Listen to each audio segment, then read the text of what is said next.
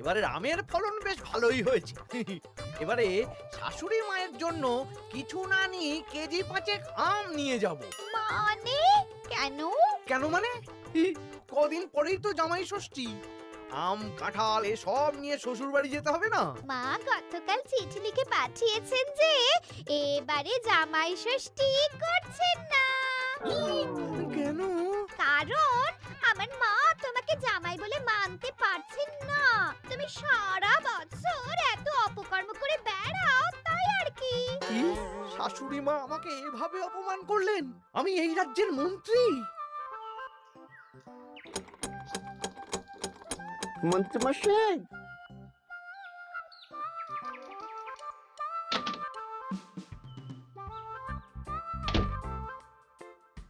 মন্ত্রীমশাই, কানাঘুষে খবর পেলাম গোপাল এবার ওর জামাইকে গলদা চিংড়ি ইলিশ মাছ দুটোই খাবে। বলিস কি রে? গোপালের বাড়িতে জামাই ষষ্ঠীতে হই হুল্লোড় হবে, খাওয়া দাওয়া হবে, আর আমি সেদিন বাড়িতে বসে আঙ্গুল কামড়াবো। ইস! তাহলে গোপালের হই হুল্লোড় ভেস্তে দিন। ঠিক বলেছিস। শোন, দুটো চিঠি লিখতে হবে, মানে ভালো কাউকে দিয়ে লেখাতে হবে। কি চিঠি? একটা চিঠি লেখা হবে গোপালের জামাইকে, আর আরেকটা চিঠি লেখা হবে গোপালকে। চিঠিতে কি লেখা থাকবে মন্ত্রী মশাই? গোপালকে যে চিঠিটা পাঠানো হবে সেটাতে লেখা থাকবে জামাই ঘুরতে যাবে বলে এবছর জামাই ষষ্ঠীতে তারা আসতে পারবে না। আর জামাইকে যেটা পাঠানো হবে সেটাতে লেখা থাকবে গোপাল এবার রাজবাড়ির কাছে খুব ব্যস্ত, তাই জামাই ষষ্ঠীতে কোনো আচার অনুষ্ঠান করতে পারবে না, তাই এবারে জামাই ষষ্ঠী হবে না, তাই তো? একদম তাই। তোরা এই চিঠি পাঠানোর ব্যবস্থা কর।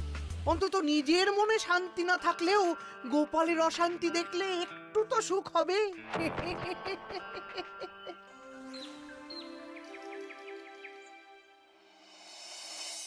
আমরা জামাই ষষ্ঠীতে আসতে পারবো না বলে কার চিঠি পড়ছো গো? আমাদের জামাই লিখে পাঠিয়েছে গো, এবারে ওরা আসতে পারবে না। ওরা নাকি বাইরে কোথায় ঘুরতে যাচ্ছে। বলো কি? হ্যাঁ? সারা বছর একটা দিন একটু জামাই আদর করার সুযোগ পাই, এবারে সেটা হবে না? আমিও তো তাই ভাবছি গিন্নি, জামাই বাবা জীবন ঘুরতে যাওয়ার আর সময় পেল না। আমার মনটা খুব খারাপ লাগছে গো। আমি কিভাবে জামাই আদর করবো গো?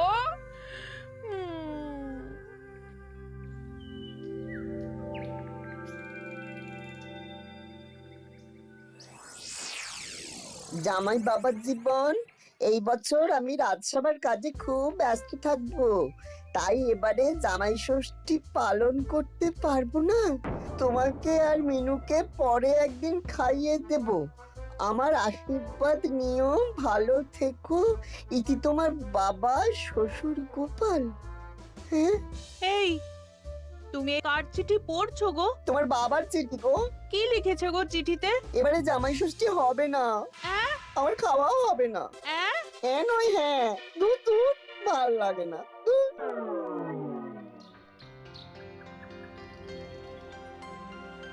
সবার খবর কি বলো?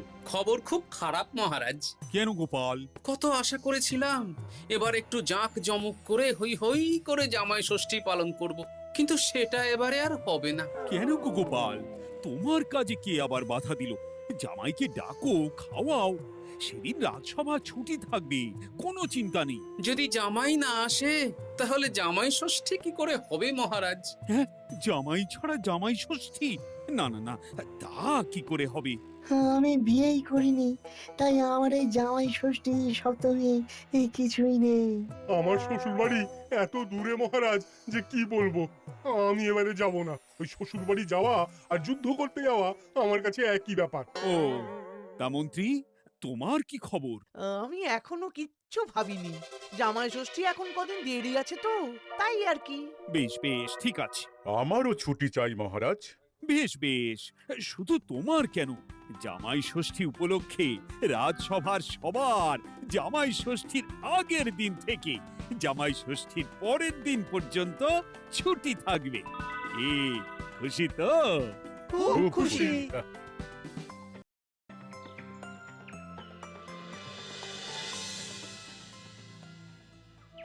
এ কি গো গিন্নি, আজ শুধু আলু সেদ্ধ আর ভাত?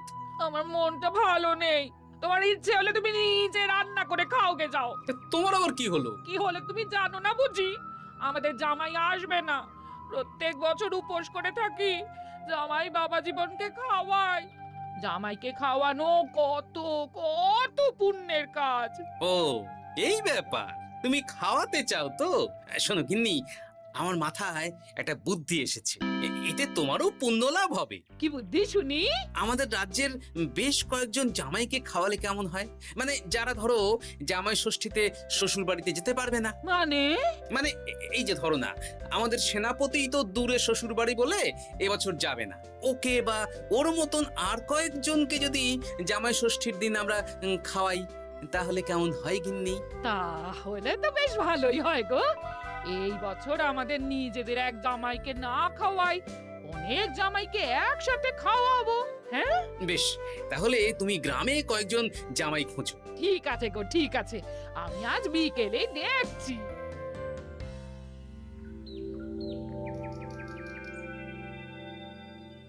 কি গোপাল, আজ তোমায় বেশ খুশি খুশি দেখাচ্ছে। গতকাল দুঃখ ছিল, কিন্তু আজ আনন্দ আছে মহারাজ। কেন গোপাল, আমাদেরকেও বলো, এত আনন্দ কিসের? ময়ূরের পেখম পায়রার পালক, গোপালের মনে কিসের আনন্দ, কিসের পুলক? আমি ভেবেছি এই বছর জামাই ষষ্ঠীতে একটা না, অনেক কটা জামাইকে আমার বাড়িতে খাওয়াবো। এ কি গোপাল, আমরা যতদূর জানি তোমার তো একটাই মেয়ে আর একটাই জামাই, তাহলে অনেক কটা জামাইকে কি করে খাওয়াবে শুনি?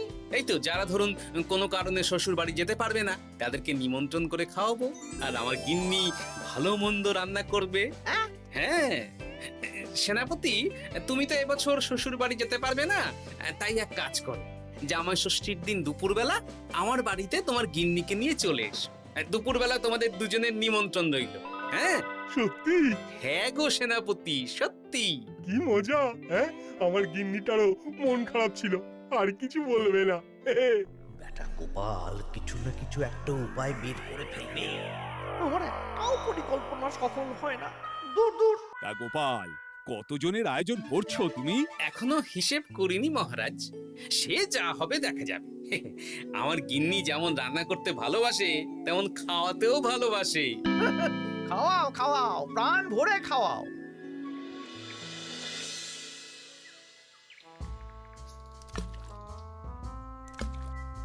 আমার প্রত্যেকটা পরিকল্পনাতে গোপাল এইভাবেই জল ঢেলে গেল চিরকাল। কি আর করবেন, ছেড়ে দিন। ও আপনার চিরশত্রুই থাকবে। না না না না না, ছাড়া যাবে না। তোরা বুঝতে পারছিস না, এইভাবে গোপাল গণজামাই ভোজন করিয়ে কত মান সম্মান বাড়িয়ে নেবে। হ্যাঁ, আপনার কূটবুদ্ধি আর গোপালের শ্রীবৃদ্ধি হবে। একদম বাজে কথা বলবি না। মাঝে মাঝে বুঝতেই পারি না তোরা কার দলে। একেবারে আপনার দলে। আমাদের উপরে খাপ্পা হবেন না, আমরা গোপালকেই ধাপ্পা দেব। বেশ বেশ, শোন তাহলে, গোপাল যখন এত লোকজনকে খাওয়াবে, তখন নিশ্চয়ই বাজার দোকান ভালোই করবে। হ্যাঁ, তা তো করবেই। গোপাল তো আর নিজের ঘরের ভিতরে চাষ করেন না, সবই বাজার দোকান থেকেই কিনতে হবে। তোরা আজ থেকেই সব দোকানে দোকানে খোঁজ নিতে শুরু করে দে, গোপাল কোথায় কি কি বায়না করছে। আচ্ছা, তারপর ওই মালপত্র বাজার দোকান থেকে আর গোপালের বাড়িতে যেন না পৌঁছয়, সেই ব্যবস্থাটা করতে হবে। মানে বলতে চাইছেন গোপাল বাজার দোকান থেকে বড় কিছু নিয়ে বাড়ি ঢোকার আগেই সেটা ওর হাত থেকে ছিনতাই করতে হবে, তাই তো? একদম তাই। যা, এক্ষুনি সব দোকানে দোকানে খোঁজ নেওয়া শুরু কর। ঠিক আছে মন্ত্রী মশাই।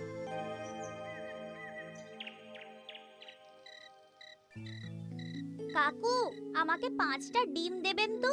দিচ্ছি, এই নগেন, একটু অপেক্ষা করতে হবে। আরে আমি একটা কথা জিজ্ঞাসা করতে এসেছি।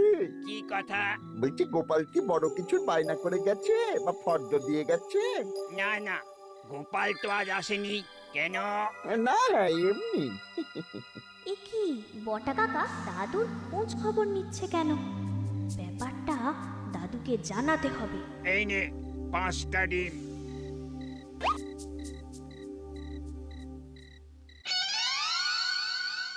বাসমতি চাল 5 কিলো, মুগ ডাল 3 কিলো। একটু পায়েসও তো বানাবো। গোবিন্দভোগ চালটা লিখেছো তো? এই তো লিখছি। হ্যাঁ, গোবিন্দভোগ চাল 2 কিলো। দাদু দাদু,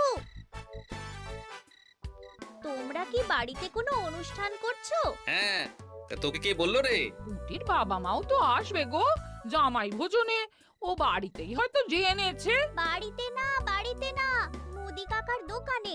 বটা কাকা একটু আগে মুদি কাকাকে জিজ্ঞেস করছিল গোপাল দাদু কোনো বায়না করেছে নাকি। বটা জিজ্ঞেস করছিল? আমি যতদূর জানি বটা তো অবিবাহিত। তাহলে জামাই ষষ্ঠীর ভোজের ব্যাপারে ওরা তো কিসের চিন্তা? হ্যাঁ, তাই তো, গ্রাম থেকে তো পুটির মা, বাবা আর ভোলার বউ আসবে বলেছে। ওদিকে সেনাপতি। তাহলে এই পুটি, বলো দাদু। ওই বটা তো আমাদের মন্ত্রী মশাইয়ের ডান হাত। তুই আর তোর বন্ধুরা মিলে ওদের উপর একটু নজর রাখতো। কোনো সন্দেহজনক কিছু জানতে পারলেই আমাকে বলবি। আচ্ছা দাদু, আমি এই ডিমগুলো বাড়িতে রেখেই বেরিয়ে পড়ছি। কিন্তু খুব সাবধানে, ব্যাপারটা খুব গোপনে। আচ্ছা। আমার আয়োজন নিয়ে এত কৌতূহল কিসের? এই পুটি, সেই কখন থেকে এই ঝোপের আড়ালে মশার কামড় খাচ্ছে। চুপ চুপ, ওই তো ওরা মন্ত্রী মশাইয়ের বাড়িতে ঢুকছে। চল তাহলে জানলার ফাঁক দিয়ে শুনি। কিরে, কোনো খবর পেলি? না মন্ত্রী মশাই, এখনো অবধি গোপাল কোনো দোকানে মালপত্রের বায়না করেনি। মনে হচ্ছে এখন ফর্দ বানাতেই ব্যস্ত। ওই ফর্দের একটা জিনিসও গোপালের ঘরে যেন না ঢোকে। সব ভেস্তে দিতে হবে, বুঝলি? সব ভেস্তে দিতে হবে। তোরা সব সময় নজর রাখ গোপালের উপর। সে তো রাখছি মন্ত্রী মশাই। গোপাল কোনো দোকান থেকে একটু বেশি মাল কিনলেই হাওয়া করে দিবি। কেমন? এ নিয়ে আপনি কোনো চিন্তা করবেন না। দেখলেন তো, গোপাল আর গোপালের জামাইকে এমন চিঠি পাঠালাম, ব্যাটারা দুদিকেই বোকা হয়ে গেল। চিঠি পড়ে গোপাল ভাবছে জামাই আসবে না, আর জামাই ভাবছে আয়োজন হবে না। কেউ বুঝতে পারলো না যে চিঠিটা আপনি পাঠিয়েছেন। এইরকম ভাবেই এবারেও সূক্ষ্ম কাজ করতে হবে।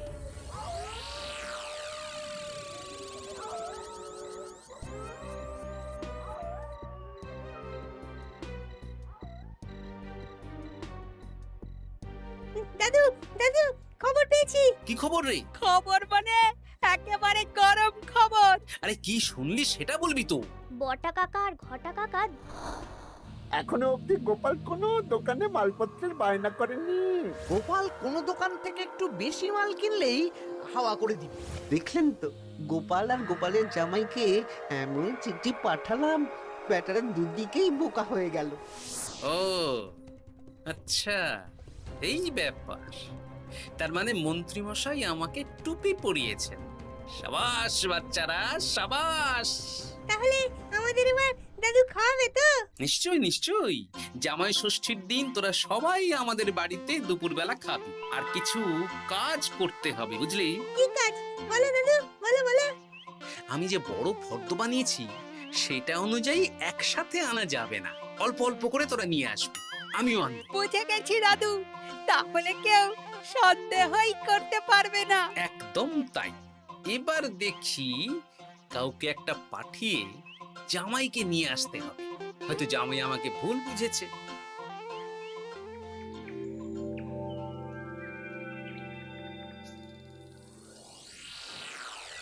কাকু, আমাকে 500 গ্রাম গোবিন্দভোগ চাল দাও তো। আমাকে 100 গ্রাম হলুদ দেবে। আমাকে 50 জিরে। দিচ্ছি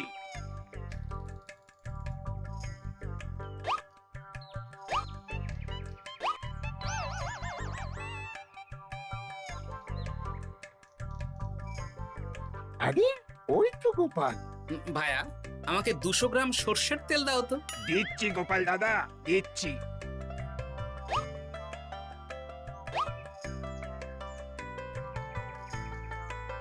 কি কিনলে গোপাল? তেল কিনলাম, সর্ষের তেল। এইটুকু?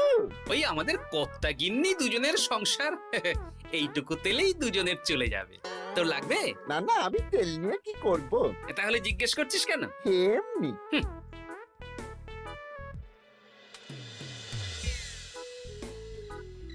গোপাল এখনো কোনো দোকানে বায়না করলো না? না না, শুধু একবার 200 গ্রাম সর্ষের তেল কিনলো আর বিকেলে 250 গ্রাম গোবিন্দভোগ চাল। যাব বাবা, এই জামাই ষষ্ঠী তো চলে এলো, তাহলে কেনাকাটা কবে করবি? সেটাই তো বুঝতে পারছি না। আমি তো বাজারের দিকে নজর রাখছিলাম, দেখি গোপাল মাত্র 1 কেজি আলু আর 500 গ্রাম পেঁয়াজ নিয়ে বাড়ি চলে গেল। এই তো মহা মুশকিল হলো। আহা, তোরা 2-3 দিন পর একবার গোপালের বাড়িতে নজর দিস তো। ঠিক আছে।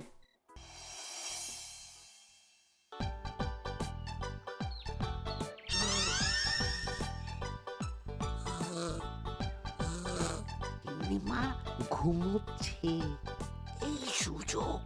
চল পাঁচিল টপকে রান্নাঘরের পিছনে যাই। হ্যাঁ চল।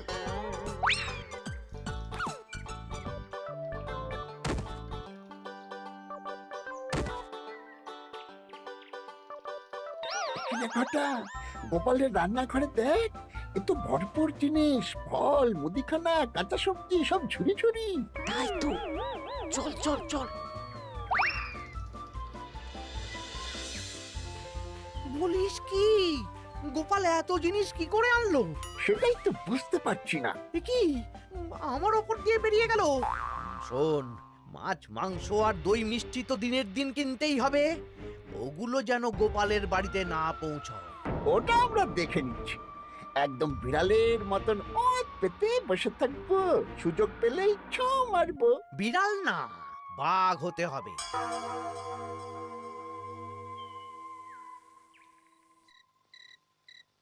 বলি আজ বাদে কাল তো জামাই ষষ্ঠী, কিন্তু মাছ মাংস দই মিষ্টি সেটাও আসবে গিন্নি।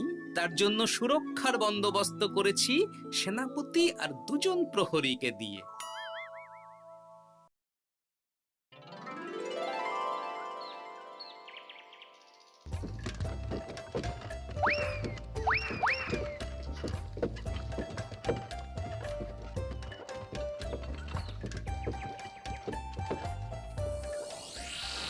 বেটা গোপালকে মাছ মাংস দই মিষ্টি নিয়ে এই রাস্তা দিয়েই ফিরতে হবে। বাড়ি পৌঁছাতে পারবে না, তার আগেই হবে আক্রমণ।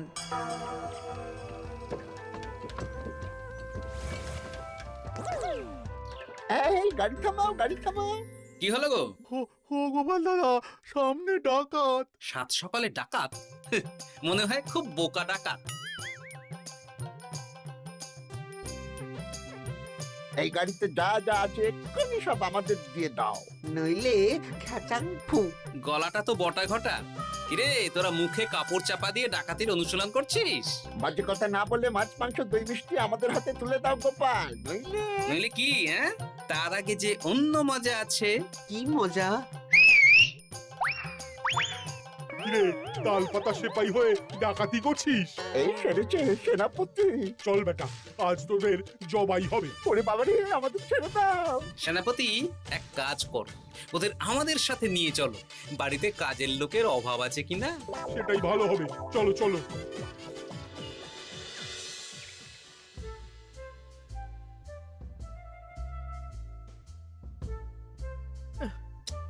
ওহ, কি এত বেলা হয়ে গেল, এখনো বেটারা এলো না। যাই তো, একবার গোপালের বাড়িতে ঢু মেরে দেখি। উফ, এ কোথায় যে গেল বটা ঘটা? বাবা বাবা, খাওয়া দাওয়া কখন শুরু হবে? এই তো জামাই বাবা জীবন, মাংসটা হয়ে গেছে, বটা মাছ ধুতে গেছে, ও এলেই মাছ ভেজে সর্ষে ইলিশ বানানো হবে। উফ, আমার যা তর্স হয়েছে না।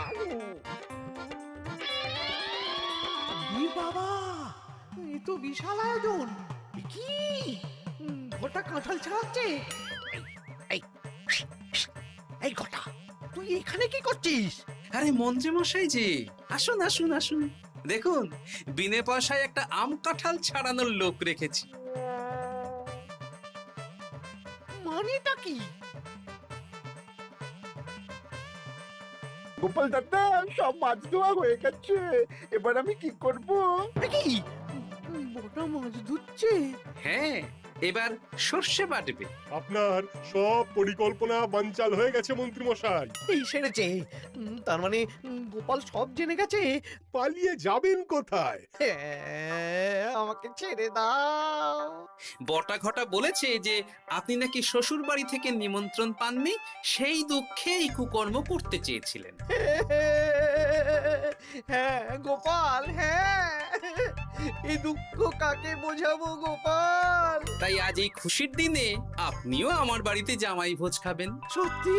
100% সত্যি। আজ আর কোনো শত্রুতা না করে আসুন, ভালো করে হাত পা ধুয়ে ঘরে বসুন। সত্যি গোপাল, তোমার মনটা কি বড়। মন না, পেট। এই সেরেছে, মন্ত্রী মশাই আর গোপালের ভাব হয়ে গেল। তাহলে আমরা এবার থেকে কার হয়ে কাজ করব? আমাদের বাড়িতে সকালে বাসন মাজবি আর রাতে ওনার বাড়িতে। হ্যাঁ, জয় গোপাল বাবা শ্বশুরের জয়। শুভ জামাই ষষ্ঠী।